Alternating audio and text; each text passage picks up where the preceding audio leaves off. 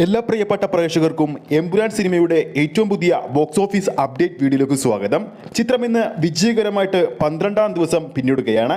ചിത്രത്തിന്റെ 12ാം ദിവസത്തെ Kerala collection world wide collection update ആണ് ഈ ഒരു വീഡിയോയിൽ നിന്നും നമ്മുടെ പ്രേക്ഷകരിലേക്ക് എത്തിക്കുന്നത്. ആ ഒരു കളക്ഷൻ അപ്ഡേറ്റിലേക്ക് പോകുന്നതിന് മുമ്പ് നമ്മുടെ ചാനൽ ഇതുവരെ സബ്സ്ക്രൈബ് ചെയ്തിട്ടില്ലെങ്കിൽ ചാനൽ ഒന്ന് സബ്സ്ക്രൈബ് ചെയ്ത് സപ്പോർട്ട് ചെയ്യുക. പ്രേക്ഷക സപ്പോർട്ട് ഉണ്ടെങ്കിൽ നമ്മുടെ ചാനൽ ഉടൻ തന്നെ 8000 സബ്സ്ക്രൈബേഴ്സിലേക്ക് എത്തുന്നതായിരിക്കും.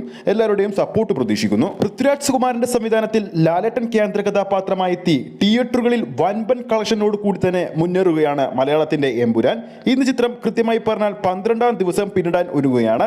ചിത്രത്തിന്റെ 12ാം ദിവസത്തെ ഈ സമയം വരെയുള്ള ഏറ്റവും പുതിയ ട്രാക്കിംഗ് കളക്ഷൻ അപ്ഡേറ്റിലേക്ക് പോകുമ്പോൾ ഇതുവരെ കേരള ബോക്സ് ഓഫീസിൽ ട്രാക്ക് ചെയ്തിരിക്കുന്നത് എമ്പുരാന്റെ പേരിൽ 932 ഷോകളാണ്. ഓഡിയൻസ് ആയി ട്രാക്ക് ചെയ്തിരിക്കുന്നത് 43,000-ൽ പരം പ്രേക്ഷകരെയാണ്. ഓരോ ഷോയുടെയും ആവറേജ് തിയേറ്റർ ഓക്യുപ്പൻസി 20% മുകളിലാണ്.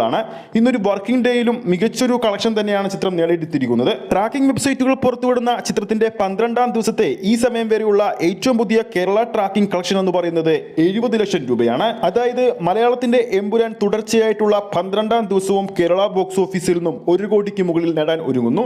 ഇതോടെ ചിത്രം 12 ദിവസങ്ങൾ പിന്നിടുമ്പോൾ ചിത്രം കേരള ബോക്സ് ഓഫീസിൽ നിന്നും മാത്രമായിട്ട് ഏകദേശം 79 കോടിക്ക് മുകളിലാണ് നേടിയിരിക്കുന്നത്.